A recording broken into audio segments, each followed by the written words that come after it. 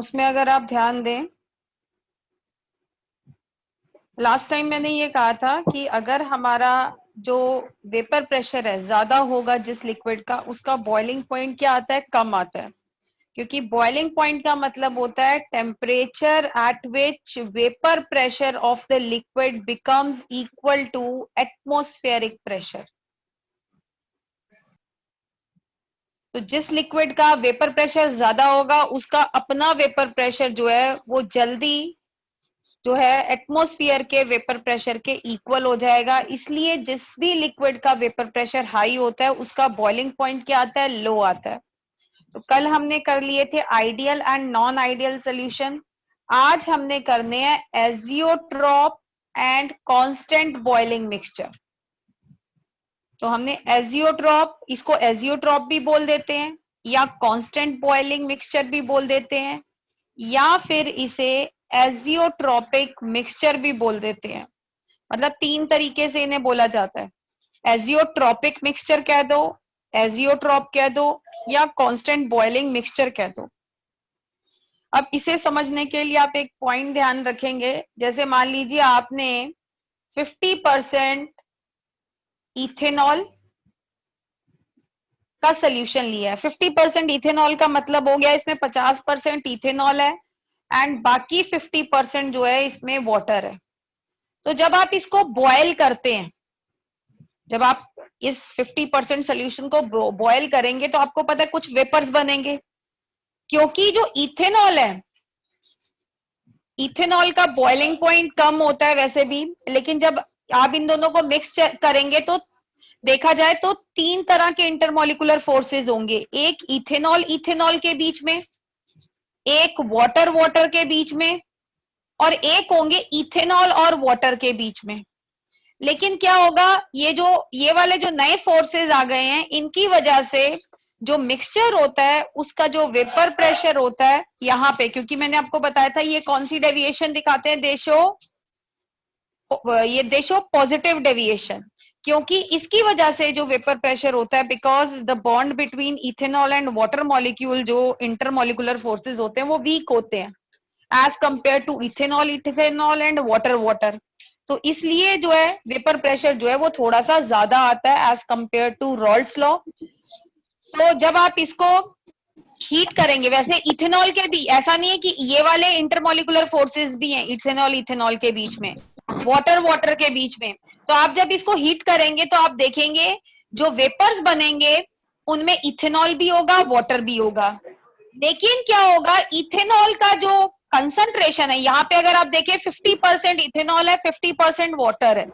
यहाँ पे इथेनॉल की जो कंसंट्रेशन आ जाएगी वेपर में वो ज्यादा हो जाएगी। सपोज लेट अस सपोज कि वेपर जो आपके बने उसमें 55% इथेनॉल है और उसके अंदर जो वाटर की कंसंट्रेशन है वो रह गई आपकी, जो वाटर की कंसंट्रेशन है वो 45% रहेगी। मीन जो भी आपके वेपर्स बने उसमें 55% जो कंट्रीब्यूशन होगा वो इथेनॉल का होगा। तो इस तरह से जब आप किसी भी लिक्विड को, मिक्सचर को हीट करते हैं तो वो एक टेम्परेचर पे बॉयल नहीं करता।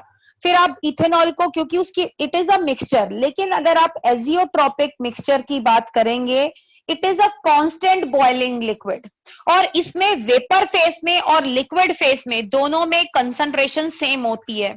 इसका एग्जांपल आता है 95% इथेनॉल सोल्यूशन। अगर आप 95% इथेनॉल सोल्यूशन को बॉयल करने की कोशिश करें तो आप ये देखेंगे कि जो वेपर्स बनेंगे ना उसमें भी जो कंसंट्रेशन रहेगी वो 95% ही इथेनॉल रहती है। मीन आप इसको और कंसंट्रेट नहीं कर सकते हैं। आप ये सोचें कि अब जो है 95% सोल्यूशन को, इथेनॉल सोल्यूशन को अगर मैं बॉयल कर रहा हूं तो मेरे पास अब वो 96% इथेनॉल ऊपर आ जाएगा, पानी जो है वो कम इवेपोरेट होगा। लेकिन ऐसा नहीं है। ये जो मिक्सचर होता है एक पर्टिकुलर कंसंट्रेशन, ये ऑब्जर्व किया गया कि एक पर्टिकुलर कंसंट्रेशन पे ये जो है ये कांस्टेंट बॉइलिंग लिक्विड जो है बिहेव करता है। हर एक मिक्सचर के लिए ये जो कंसंट्रेशन होती है ये डिफरेंट होती है। और एक चीज और ध्यान रखनी है, हम बात कर रहे हैं लिक्विड मिक्सचर की। आप ये नहीं कह सकते मैं चीनी को पानी में घोल रहा हूं तो क्या वो एजियोट्रोपिक मिक्सचर होगा? तो वो एजियोट्रोपिक नहीं होगा। एजियोट्रोपिक मिक्सचर लिक्विड इन लिक्विड को बोला जाता है, वो भी एक ऐसी पर्टिकुलर कंसंट्रेशन पे जहां पे वो कॉन्स्टेंटली बॉयल करता है and it has same composition in liquid and vapour phase. तो हर एक लिक्विड इन लिक्विड के लिए जो ये कंसंट्रेशन होती है ये डिफरेंट होती है। एनसीईआरटी में दो ही बात की गई है, दो ही एग्जांपल दिए गए हैं। एक 95% इथेनॉल दिया गया है, एक दिया गया है 68% नाइट्रिक एसिड। तो एजियोट्रोपिक मिक्सचर जो है वो ज्यादा जो है थर्ड ईयर में पढ़ा जाता है, जो जब केमिस्ट्री ऑनर्स वगैरह किया जाता है तब उसमें पढ़ा जाता है। यहाँ पे सिर्फ हम छोटा ही सी पॉइंट्स को क्लियर करेंगे, ज्यादा नहीं। एक तो डेफिनेशन आ जाती है, देन दूसरा है दो तरह के एजियोट्रॉप होते हैं। एक होता है मिनिमम बॉइलिंग एजियोट्रॉप। मिनिमम का मतलब है जो जल्दी बॉयल कर जाए, या जिसके बॉइलिंग पॉइंट का जब ग्राफ बनाया जाता है ना तो उसके में मिनिमा आता है। मिनिमा आपने इमेंस पे पढ़ा ही होगा, डिफरेंशिएशन वगैरह में, डिफरेंशिएशन की एप्लीकेशन में ग्राफ में जो मिनिमम पॉइंट आता है वो कहलाता है मिनिमा। तो इसमें मिनिमम बॉइलिंग एजियोट्रॉप या मैक्सिमम बॉइलिंग एजियोट्रॉप। अब इसको समझाने से पहले आपको ये पॉइंट ये ध्यान रखना है, जिसका भी वेपर प्रेशर ज्यादा होता है उसका बॉइलिंग पॉइंट क्या आता है? कम आता है। तो इसका मतलब ये हो गया कि जो भी सोल्यूशन पॉजिटिव डेविएशन दिखाते हैं, ये ऑब्जर्व किया गया है कि they have minimum boiling azeotrope. वो मिनिमम बॉइलिंग एजियोट्रॉप होते हैं। पॉजिटिव डेविएशन का मतलब कि उनका वेपर प्रेशर क्या आता है? हायर आता है देन एक्सपेक्टेड। और याद रखना है एजियोट्रोपिक मिक्सचर वही होते हैं जो आपके नॉन आइडियल सोल्यूशन हो, या तो पॉजिटिव डेविएशन दिखाएंगे या नेगेटिव डेविएशन दिखाएंगे। They have minimum boiling azeotrope. इसके लिए ग्राफ से आप समझेंगे। ये जो ग्राफ है ये पेपर में नहीं आएगा, ये सिर्फ जो मैंने आपको बताया इस ग्राफ की बहुत अलग से एक्सप्लेनेशन होती है।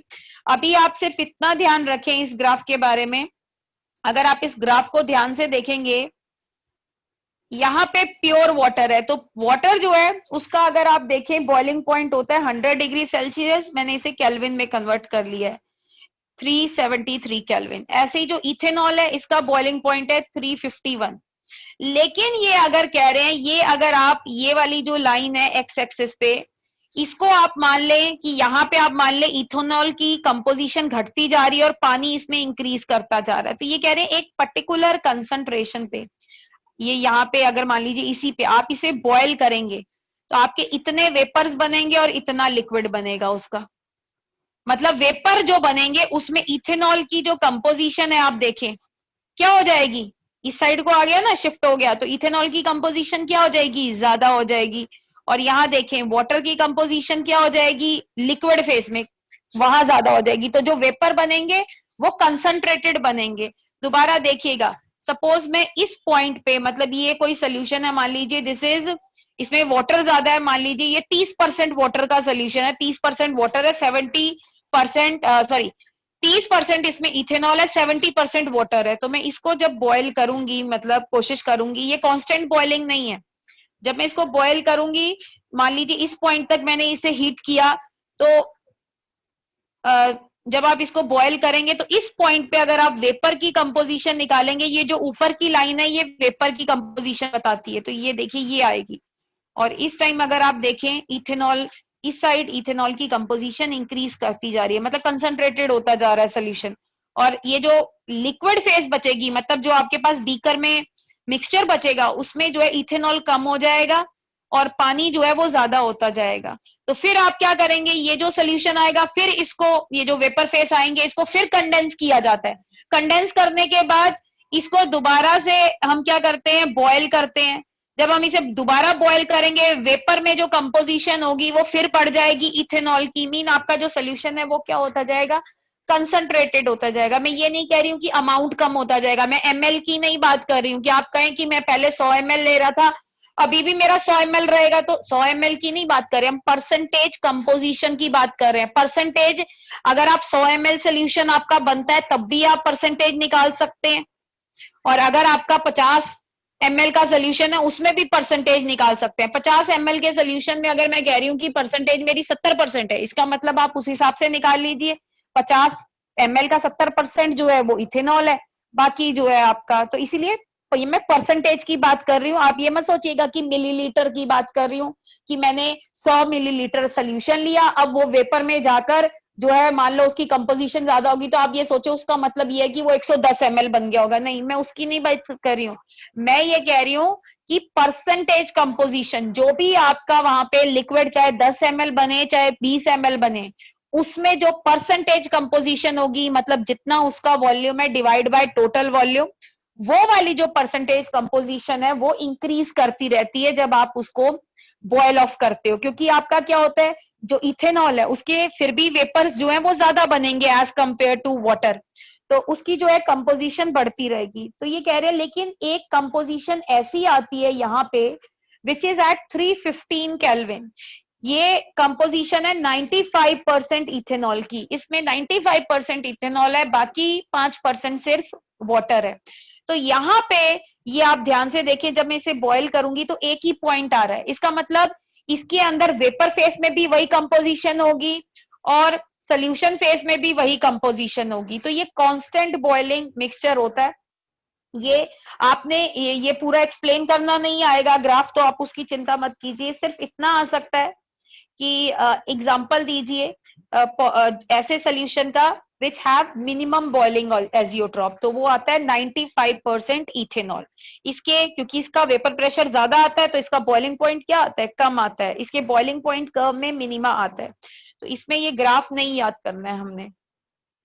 फिर आता है आपका नेगेटिव डेविएशन। नेगेटिव डेविएशन मतलब वेपर प्रेशर जो है, नेगेटिव डेविएशन में आपको पता है कि वेपर प्रेशर कम आता है, वेपर प्रेशर जिसका भी कम आता है उसका बॉइलिंग पॉइंट क्या आता है, ज्यादा आता है। तो ऐसे सोल्यूशन जो नेगेटिव डेविएशन शो करते हैं उनमें we have maximum boiling azeotrope, जैसे कि इसका एग्जांपल है 68% नाइट्रिक एसिड बाय मास, ये एक एजियोट्रॉप है। अगर आप 68% नाइट्रिक एसिड लें और मैं अब आपको ये कह दूं कि इसको कंसंट्रेट कर दो, मतलब इसमें से पानी को इवेपोरेट कर दो या पानी को निकाल दो, तो आप इसको और कंसंट्रेट नहीं कर सकते हैं फ्रैक्शनल डिस्टिलेशन से। फ्रैक्शनल डिस्टिलेशन का मतलब यही होता है कि आप क्या करें, पहले इसके भाप बनाएं, अब भाप में जो है वेपर प्रेशर, जो भाप में अब क्या हो जाए, जो जिसका भी बॉइलिंग पॉइंट कम है भाप में उसके वेपर्स जो है ज्यादा हो जाएंगे, कंपोजिशन बढ़ जाएगी और आप उस भाप को क्या करें, कंडेंस करें। अब आपके पास वो जो लिक्विड आ गया, अब आप उसको दोबारा कंसंट्रेट करें, लेकिन इसको नहीं कर सकते। जो भी एजियोट्रोपिक मिक्सचर होते हैं आप उसके लिए हम कोई और मेथड यूज करते हैं, जैसे 95% जो इथेनॉल है ना, अगर मान लीजिए हमने फैक्ट्री में इथेनॉल प्रिपेयर किया है, क्योंकि जब इथेनॉल बनता है फर्मेंटेशन से तो वो 95% नहीं होता है, उसमें पानी ज्यादा होता है, जो अल्कोहल बनाते हैं उसमें पानी ज्यादा होता है। तो उसको क्या किया जाता है बाद में, जब मुझे हैंड सैनिटाइजर बनाना है या मुझे उसे दवाइयों के उसमें बनाना है, तो मैं क्या करती हूँ उसको फिर मैं फ्रैक्शनल डिस्टिलेशन की जाती है। तो फ्रैक्शनल डिस्टिलेशन करके उसको 95 तक कंसंट्रेशन तक आप ले सकते हैं, ये एग्जैक्ट वैल्यू होती है 94.55 या समथिंग होती है। तो ये वैल्यू तक आप लेके जा सकते हैं। लेकिन अगर आप कहें कि मैं 100% इथेनॉल बना लूं फ्रैक्शनल डिस्टिलेशन से, तो वो पॉसिबल नहीं है। उसका क्वेश्चन आ जाता है क्यों पॉसिबल नहीं है, उसका आंसर सिंपल सा है, it is an azeotropic mixture, मतलब वो कांस्टेंट बॉइलिंग लिक्विड है। जो एक टेम्परेचर पे बॉयल होता हो उसे आप फ्रैक्शनल डिस्टिलेशन कैसे करेंगे। अब आप पेट्रोलियम को फ्रैक्शनल डिस्टिलेशन करते हैं, क्यों करते हैं, क्योंकि उसके जितने भी कंपोनेंट है वो अलग अलग टेम्परेचर पे बॉयल होते हैं। जो पहले बॉयल हो जाता है उसके वेपर जल्दी बन जाते हैं, जो बाद में होता है उसके वेपर बाद में बनते हैं, वो बाद में उसको हम करते हैं। लेकिन यहाँ पे क्या है, हम इसको जो है और ज्यादा कंसंट्रेट नहीं करते हैं। क्यों कर सकते हैं, because it is an azeotropic mixture.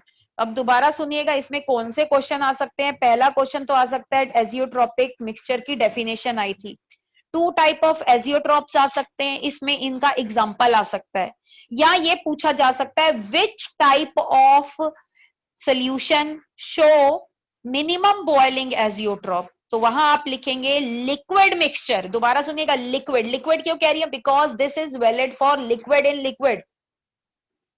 Liquid mixture which show positive deviation from Rawls law, they have minimum boiling azeotrope. इसका एग्जाम्पल आ सकता है, ग्राफ नहीं आएगा।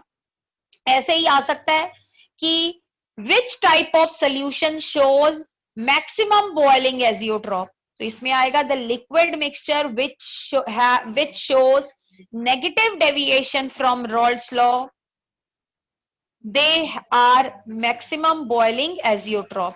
अब आप इसमें देखिए 68% नाइट्रिक एसिड जो है वो मैक्सिमम बॉइलिंग एजियोट्रॉप है, लेकिन अगर आप कहें 30% नाइट्रिक एसिड तो वो नहीं होगा, एक पर्टिकुलर कंसंट्रेशन है, ये ऑब्जर्वेशन के हिसाब से वैल्यू, इन्होंने ही कि रैंडमली निकाल दी कोई भी वैल्यू, उन्होंने एक पर्टिकुलर सोल्यूशन लिया, उसकी पूरी जो है ग्राफ प्लॉट करके देखा, कंसंट्रेटेड सोल्यूशन को भी लेके देखा, दूसरे को भी लेके देखा, लेकिन 95% को नहीं आप कर सकते। हाँ, अगर आप कहें कि मैं 96 ले लूं, हाँ आप उसको कर सकते हैं फ्रैक्शनल डिस्टिलेशन पे, क्योंकि वो कॉन्स्टेंटली बॉयल नहीं होगा, लेकिन 95% को आप कंसंट्रेट नहीं कर सकते, क्योंकि वो एक ही टेम्परेचर पे बॉयल होगा, उसमें कंपोजिशन चेंज ही नहीं होगी वेपर्स में। तो यहाँ पे ये क्वेश्चन आता है, और लास्ट क्वेश्चन ये आता है कि एजियोट्रोपिक मिक्सचर को फ्रैक्शनल डिस्टिलेशन से सेपरेट नहीं करते हैं। तो इसमें एग्जांपल आ सकता है कि 95% इथेनॉल को आप और कंसंट्रेट नहीं कर सकते, क्यों? तो उसका सिंपल सा आंसर है it is an azeotropic mixture, या आप ये कह दें कि इट इज एन एजियोट्रोप, या it is a constant boiling mixture. तो ये वर्ड आपने ध्यान रखना है। तो ये था आपका एजियोट्रोप। तो अब इसमें बताइए किसी को कोई प्रॉब्लम हो?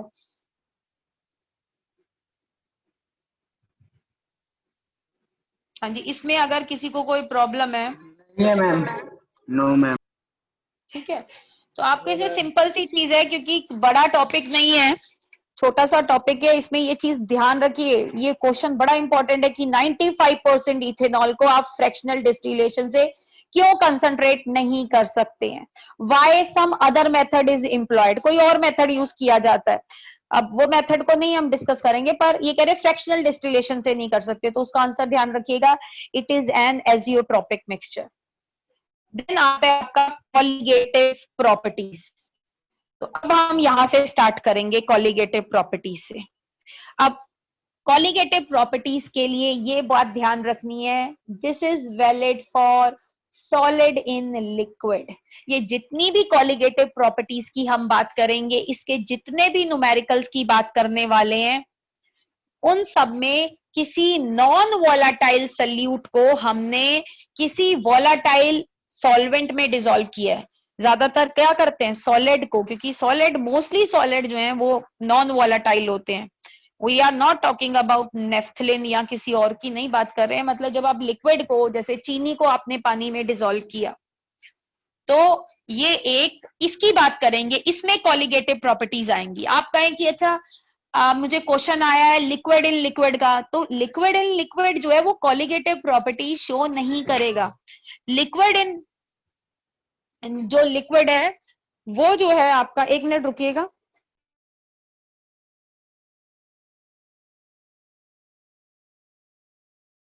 आपको आवाज आ रही है मेरी?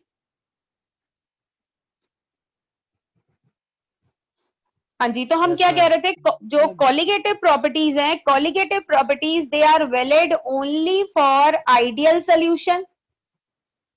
देखिए जो पहले था ना, एक चीज और थी, कॉलिगेटिव प्रॉपर्टीज में भी एबनॉर्मल मॉलिक्यूलर मास आता है, तो वो इस बार कोर्स में नहीं है, इस बार हम सिर्फ कॉलिगेटिव प्रॉपर्टीज डिस्कस करेंगे। तो कॉलिगेटिव प्रॉपर्टीज जो है ये किसके लिए पढ़नी है, नॉन वोलाटाइल सल्यूट के लिए। मीन यहां पे हम बात करेंगे Raoult's law for non volatile solute. अब कॉलिगेटिव प्रॉपर्टीज होती क्या है, क्योंकि 1 मार्क्स के क्वेश्चन आ जाते हैं, आपने भी देखा होगा जब मैंने पहले भी क्वेश्चन दिए थे 1 मार्क्स के, तो वो बड़े जो क्वेश्चंस है ना वो बड़े ऐसे आ जाते हैं कि आप सोचेंगे ये बड़ा इंपॉर्टेंट क्वेश्चन नहीं है, आप ये सोचते हैं कि ये तो ऐसे ही बेकार, मतलब इतना सिंपल सा क्वेश्चन है, ये थोड़ी ना पूछा जाएगा, जबकि वही उसी तरह के क्वेश्चन पूछे जाते हैं। तो आप कॉलिगेटिव प्रॉपर्टी का मतलब है, इसका एग्जाम्पल से समझाते हैं। मान लीजिए आपने 1 लीटर पानी ले लिया, 2 बच्चे हैं, सपोज एक आयुष है और एक रोहन है, दोनों ने 1 लीटर पानी लिया है, और वो निकालना चाहते हैं कि पानी का वेपर प्रेशर कितना कम हुआ, क्योंकि आपको पता है कि पानी में अगर आप नॉन वोलाटाइल सल्यूट डालेंगे, चीनी या नमक डालेंगे, तो वेपर प्रेशर में कमी आएगी। अब जो मान लीजिए आयुष है, उसने क्या किया, उसने 1000 मॉलिक्यूल्स की बात कर रही हूँ, पार्टिकल्स नंबर ऑफ मोल्स की बात करते हैं, उसने क्या किया, 100 मोल्स उसने चीनी के डिसॉल्व किए उसी 1 लीटर पानी में, और जो रोहन है उसने क्या किया, 100 मोल डिसॉल्व किए, उसने चीनी के किए, इसने सॉल्ट के कर दिए। अब इससे फर्क नहीं पड़ता है कि किसी ने सॉल्ट लिया है या किसी ने शुगर लिया है, सॉल्वेंट का अमाउंट तो दोनों का सेम है, नंबर ऑफ मोल्स भी पार्टिकल के सेम है, मीन नंबर ऑफ पार्टिकल्स भी सेम है आपके, लेकिन नेचर अलग अलग है। एक बच्चे ने क्या लिया है, एक बच्चे ने लिया है सॉल्ट और एक बच्चे ने क्या लिया है, शुगर लिया है। तो ये कह रहे हैं कॉलिगेटिव प्रॉपर्टीज वो होती हैं जो नेचर के ऊपर डिपेंड नहीं करती हैं, they depend on the number of particles of solute in a given amount of solvent. तो यहां पे आप देख सकते हैं दे डिपेंड ओनली, तो दोनों का जो वेपर प्रेशर है एक जैसा घटेगा, दोनों में जो रिलेटिव लोअरिंग होगी वेपर प्रेशर की, जो हमने पहले भी डिस्कस की थी, दोनों में क्या होगी, बराबर से होगी। इससे फर्क नहीं पड़ेगा कि वो चीनी ले रहा है या वो जो है सॉल्ट ले रहा है। तो यहाँ पे कह रहे हैं ऐसी properties which depend only on the number of particles of solute in a definite amount of solvent, they are called colligative property, they do not depend on the nature of the solute, ये solute के nature के ऊपर depend नहीं करती हैं। इतना point समझ में आया कि ऐसी प्रॉपर्टीज ये डिपेंड नहीं कर रही, आप कौन सा सल्यूट ले रहे हो, जब तक आप सल्यूट के नंबर ऑफ पार्टिकल्स या नंबर ऑफ मोल्स क्या ले रहे हो, सेम ले रहे हो in a given amount of solvent, solvent तो दोनों का सेम होना चाहिए ना। आप एक बच्चे की बात करें कि 1 लीटर की और दूसरे की बात करें 2 लीटर सॉल्वेंट की, तो वो नहीं, आपका सॉल्वेंट सेम होना चाहिए, सॉल्वेंट का amount in a given amount of, तो कंसंट्रेशन अगर सेम है तो आपका जो है कॉलिगेटिव प्रॉपर्टीज का जो वैल्यू है वो भी सेम आती है। देन आता है 4 इंपॉर्टेंट कॉलिगेटिव प्रॉपर्टीज है, हम इन्हीं 4 प्रॉपर्टीज के बारे में बात करेंगे, ये इंपॉर्टेंट है तो इन्हीं के बारे में बात करेंगे। पहला आता है relative lowering in vapour pressure, next is elevation in boiling point, third is depression in freezing point, and fourth one is osmotic pressure. तो ये 4 कॉलिगेटिव प्रॉपर्टीज हैं जिनके बारे में हम डिस्कस करेंगे। इतना समझ में आया कि कॉलिगेटिव प्रॉपर्टीज होती क्या है? Yes ma'am. Yes ma'am. ठीक है, अब हम क्या करते हैं, फर्स्ट वी विल डिस्कस, हाँ first we will discuss relative lowering in vapour pressure. हम रिलेटिव लोअरिंग को डिस्कस करते हैं। Relative lowering in vapour pressure जो है, because we are talking about a solution containing non volatile solute, तो जो हमने पहले किया था ना उसी में हम चीजें जोड़ देंगे। हमने ये किया था कि कोई भी जो सोल्यूशन होता है जिसके अंदर we have non volatile solute, non volatile मतलब जिसके वेपर्स नहीं बनते हैं, ऐसा सोल्यूट है, मीन आप चीनी को पानी में घोलेंगे, अगर आप दोबारा से इस चीनी वाले पानी को गर्म करें, बॉयल करें या इवेपोरेट करें तो पानी के वेपर ही बनेंगे, चीनी के तो बनेंगे नहीं, वो नॉन वॉलेटाइल है।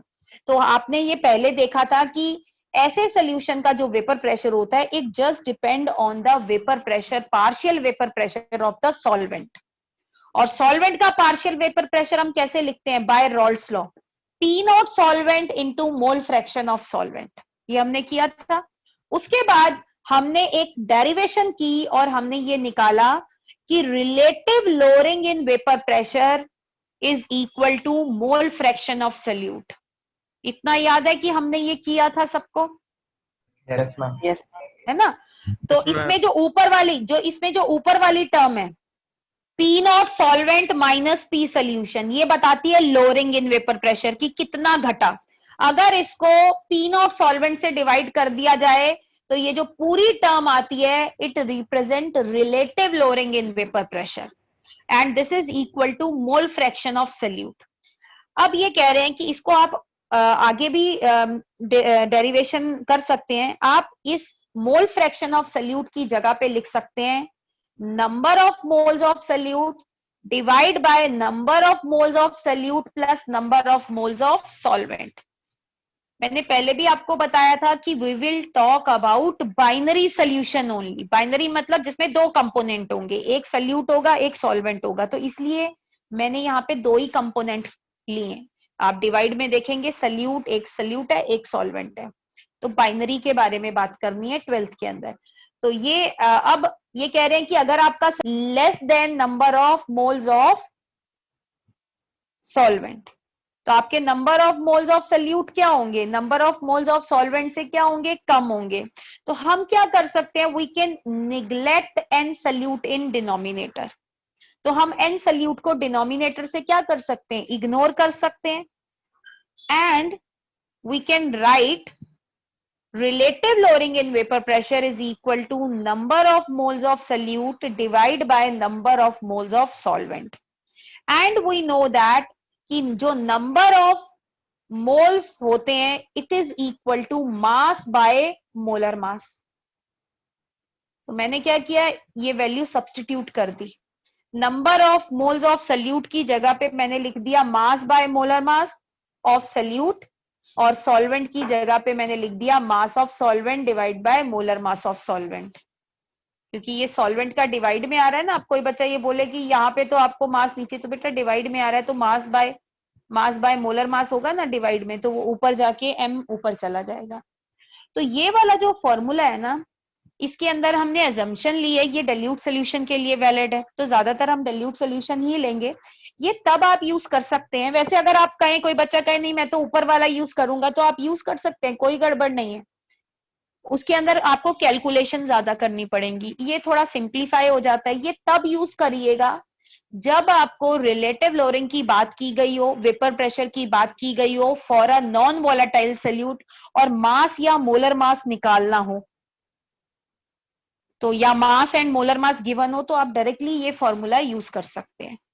इसको मैं दोबारा समझा देती हूँ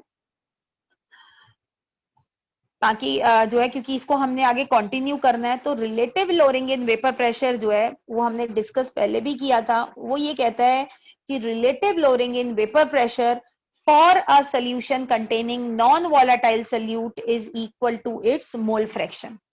अब ये जो मोल फ्रैक्शन है, इसकी जगह पे मैं इसका फॉर्मूला पुट कर सकती हूँ, number of moles of solute divide by number of moles of solute plus solvent. Then I will make an assumption कि भाई अगर मेरा सोल्यूशन डाइल्यूट होगा तो जो सल्यूट के मोल्स होंगे they will be very less than that of solvent, so I can ignore number of solute in denominator. जब मैं इग्नोर करूंगी तो मेरा ये आ जाएगा n solute by n solvent. Then मैं सब्सटीट्यूट कर दूंगी नंबर ऑफ मोल्स का formula, n is equal to mass by molar mass होता है, तो मैंने वहां वैल्यू पुट कर दी। तो इस तरह से मेरा आ गया कि रिलेटिव लोअरिंग, ये पूरी टर्म रिलेटिव लोअरिंग कहलाती है। Relative lowering in vapour pressure is equal to mass of solute into molar mass of solvent divide by molar mass of solute into mass of solvent. ये चीज ध्यान रखनी है कि ये सारी जो क्वांटिटी है इट शुड बी इन ग्राम, ये ग्राम में होनी चाहिए, और मोलर मास ग्राम पर मोल में होता है। तो अगर आपको केजी में कहीं दिया हुआ है तो आप उसे चेंज करेंगे। और यहाँ पे भी क्योंकि हम एसआई यूनिट यूज, यहाँ पे भी जो है हम प्रेशर का, क्योंकि देखिए यहाँ पे आप प्रेशर की कोई भी यूनिट ले सकते हैं। अब कोई बच्चा कहे क्यों ले सकते हैं कोई भी, एसआई क्यों नहीं? अब देखिए मान लीजिए ऊपर पास्कल ली, माइनस करके आंसर पास्कल आएगा, तो नीचे भी अगर पास्कल है तो डिवाइड करके क्या बन जाएगा बेटा, यूनिटलेस क्वांटिटी बन जाएगी। मोल फ्रैक्शन क्या है, एक यूनिटलेस क्वांटिटी। तो इस वाली जगह पे आप प्रेशर की कोई भी यूनिट को अप्लाई कर सकते हैं, किलो पास्कल या एटमॉस्फेयर, अगर जो क्वेश्चन में मेंशन है। लेकिन अगर क्वेश्चन में दो अलग अलग यूनिट मेंशन है, कि मान लीजिए उन्होंने सॉल्वेंट का पास्कल में दे रखा है, सोल्यूशन का एटमॉस्फेयर में दे रखा है, तो पहले दोनों को सेम यूनिट्स में लाएंगे। ठीक है, इतना समझ में आया? Yes, ma'am. Yes ma'am. ठीक है, अब जो है हम डिस्कस करेंगे वो जो हमारे हैंड रिटन नोट्स है ना, उनको हम डिस्कस करेंगे। तो उसके लिए मैं आप असाइनमेंट्स करेंगे। तो ये है relative lowering in vapour pressure. तो relative lowering in vapour pressure में आप पहला क्वेश्चन देखेंगे। देखिए लिखने का तरीका आपका वही रहेगा, आप पहले लिखें सल्यूट कौन सा है, सॉल्वेंट कौन सा है। इसको हम कल एक बार और डिस्कस करेंगे, आपका सल्यूट कौन सा है, सॉल्वेंट कौन सा है। जैसे ये पहला क्वेश्चन आप रीड कर लीजिए, आप इस क्वेश्चन को रीड कर लीजिए एक बार।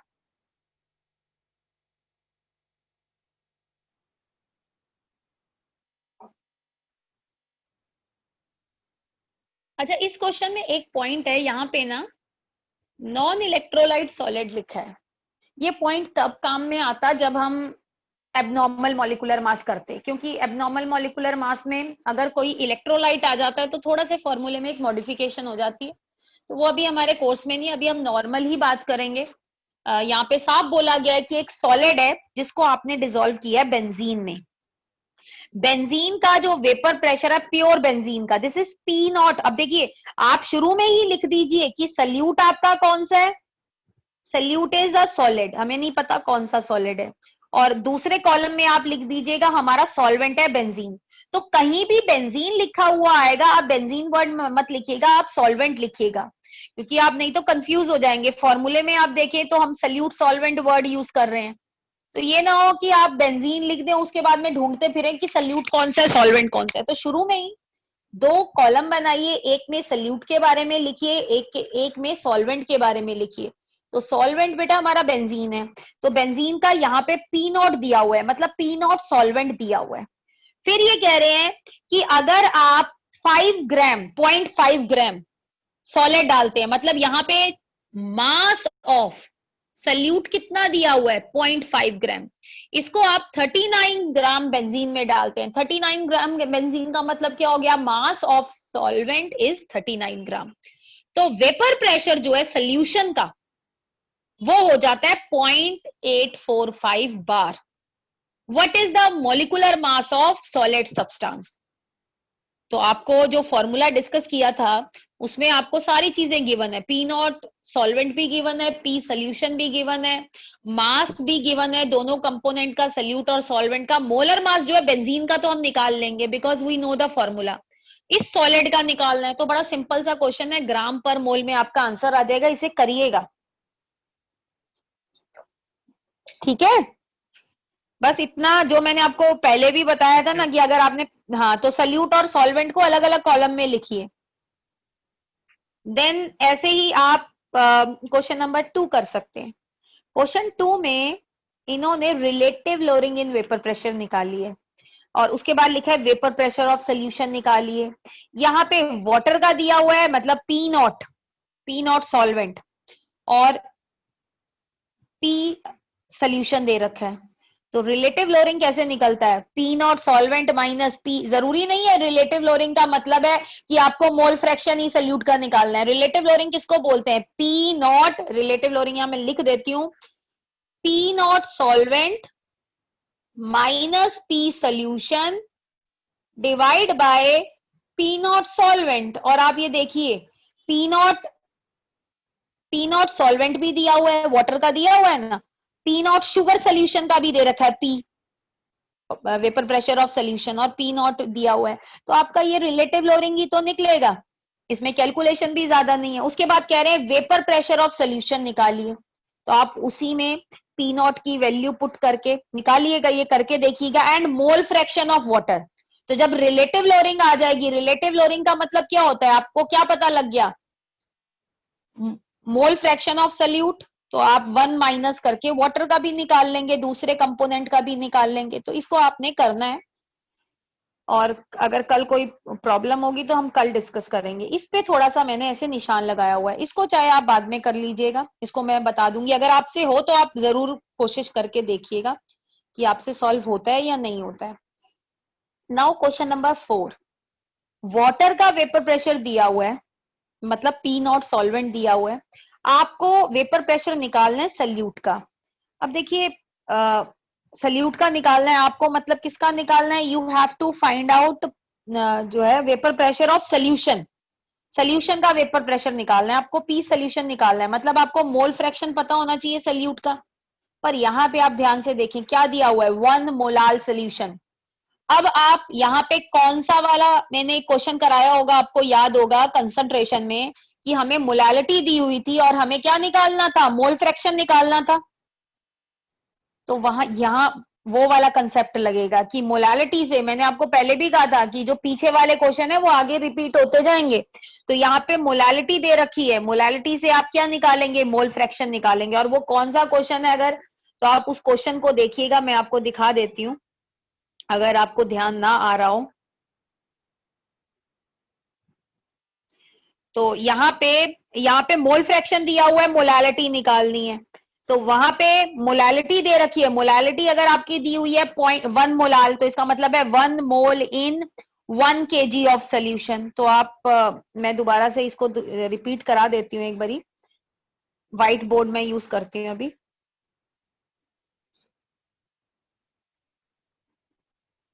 अब सपोज आपको m दिया हुआ है, m दिया हुआ है 1 मोलाल, या इसको 2 कर दूं मैं, 2 मोलाल दिया हुआ है। इसका मतलब होता है number of moles of solute कितने हैं, 2 मोल इन 1 kg ऑफ वाटर। मतलब मास ऑफ वाटर कितना है, या जिसे सॉल्वेंट बोल रहे हैं, इट इज 1 kg। 1 kg का मतलब कितना हो गया बेटा, 1000 ग्राम। और आपको पता है 1000 ग्राम वाटर में कितने मोल्स होते हैं, 1000 डिवाइड बाय 18 मतलब 55.5 या 55.6 कह दो, क्योंकि आंसर आता है ना 55.555 आता है। तो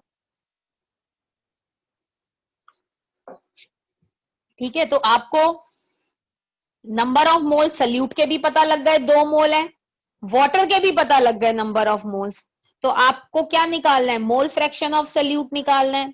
सल्यूट का मोल फ्रैक्शन क्या होता है, number of moles of salute divide by number of moles of salute plus number of moles of solvent. तो आप खुद सोचिए, ऊपर आप पुट कर दें 2, क्योंकि नंबर ऑफ मोल्स अभी मैंने निकाले 2, यहाँ पे 2 पुट कर देंगे। नंबर ऑफ मोल्स की जगह पे यहाँ पे क्या आ जाएगा 55.5 या 55.55 ले लीजिए या 55.6 ले लीजिए। तो आप